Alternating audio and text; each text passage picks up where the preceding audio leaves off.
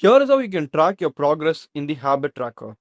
I have listed down my habit and this table is for the complete week. We will be able to track our habits.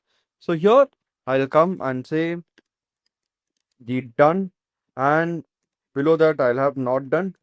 Let me try to check how many habits I have done for the Monday.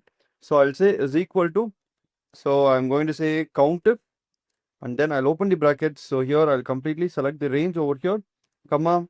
So the condition is going to be true. So if I have completed that particular habit, it will be true.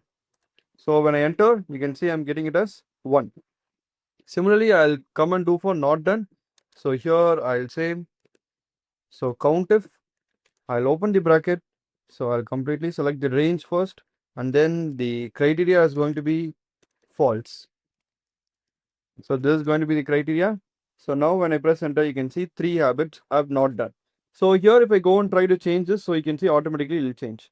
So similarly, I'll just try to flash fill this particular formula for the complete week. So here also I'll just try to completely flash fill this formula. Now I have found out how many have done and then not done. So now let me try to come and find the percentage progress. So here what I'll do is I'm going to say is equal to, so the done divided by my done plus not done. So this is going to be the value I'll get. So now when I press enter, you can see I'm getting 0.05.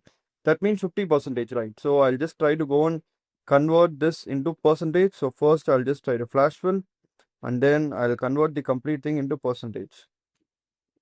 So here you can see I'm getting 50%, 50%, here is 25%, 75%. Easily I'll be able to see the progress for each and every day with the help of this simple formula. So I can completely highlight this, and I can also make this bold, and I can fill this with the color.